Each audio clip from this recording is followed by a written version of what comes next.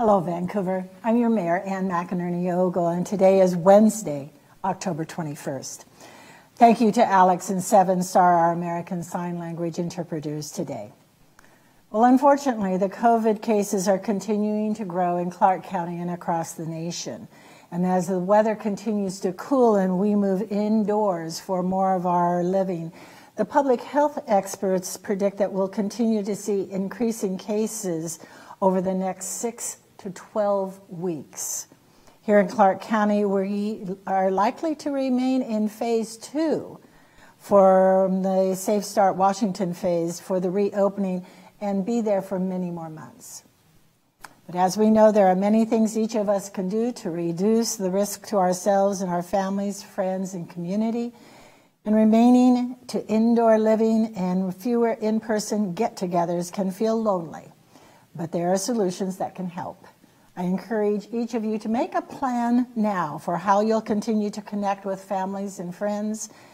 Get some virtual check-ins, maybe some game nights, some celebrations with family and friends scheduled, and get them on the calendar so that you have some events to look forward to.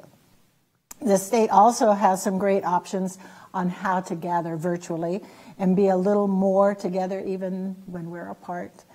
And if that's not an option, they also offer a checklist on how to help plan safer gatherings. But Halloween is next week, and it's going to be different, but with some creativity, it can still be fun. This Halloween, let's share the fun, but not share the virus. Our Vancouver Police Department has shared some Halloween ideas and safety tips based on guidance from the state and local public health officials.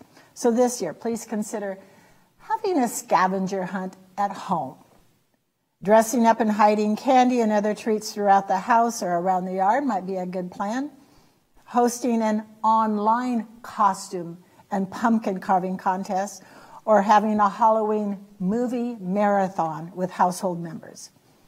If you do go trick-or-treating, stick with members of your household and keep at least 6 feet of distance from any non-household member.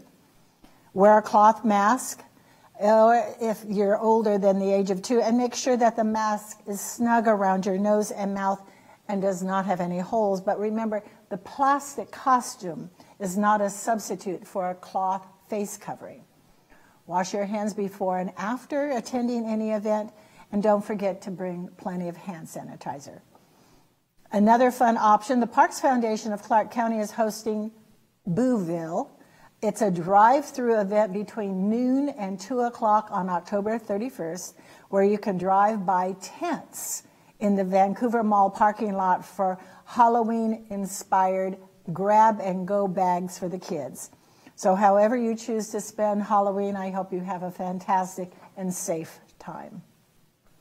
It's flu season, and getting a flu vaccine this fall can reduce your risk of getting flu and help save medical resources needed to care for the people who do have the COVID-19 virus.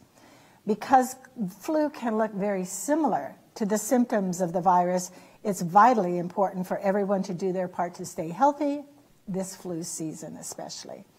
The CDC is asking all of us to prevent the spread of flu and other respiratory illnesses in 3 simple ways. First of all, mask up.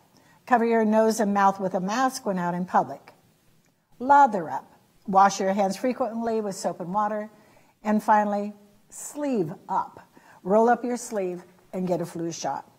Governor Inslee has recently extended and expanded support for all of those impacted by COVID-19, including an extension of the renter eviction moratorium through the end of 2020, and an additional $15 million in grant funding for small businesses. And so currently we have 4 new small business grants available in Vancouver. The first one is Fourth Plain Small Business Emergency Grant Program. $475,000 in grants to eligible small businesses located in the Fourth Plain Boulevard between I-5 and Andreessen, including home-based businesses like house cleaning, childcare, and landscaping. They can all apply. The second grant opportunity is the Washington State Department of Commerce's Community Small Business Resiliency Grant Program, which will help small businesses with grants up to $10,000. The third is called the Heartbeat of Main Street grant program. Those applications are opening tomorrow, October 22nd.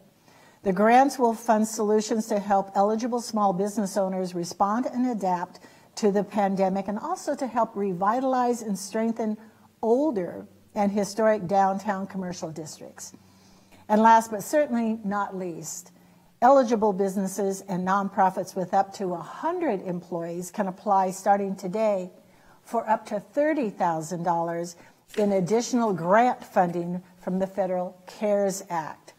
And there are two online resources I want to share. First, the state has recently updated their COVID-19 resources website to include an online search feature to help where to get your COVID test if you need one.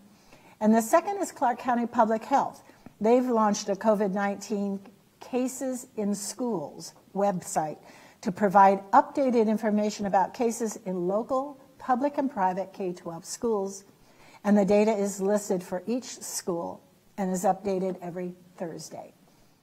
And so for the latest City of Vancouver operating status and service availability, from Parks and Recreation to permitting to public safety, please visit our COVID-19 resources page on our website.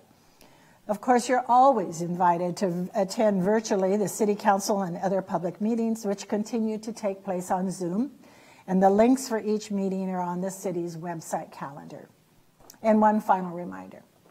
November 3rd election is just around the corner. Please make sure your voice is heard by voting. And it's so very, very important to get your ballot in.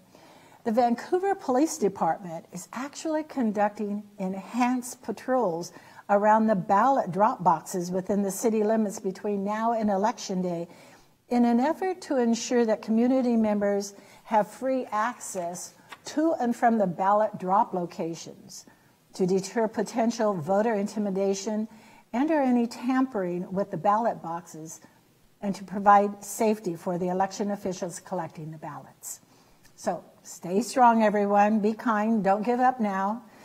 Following the health experts' guidance by keeping your distance, wearing your mask when you're out in the public, disinfect any of those high-touch surfaces, get tested if you have symptoms, and wash your hands often. It's not just one prevention strategy that we have. There are multiple strategies implemented consistently, and that'll help us get through all of this. One more thing. This is Make a Difference Week. See if you can help our community in some little way make a difference to someone around you. Thank you so much. Take care.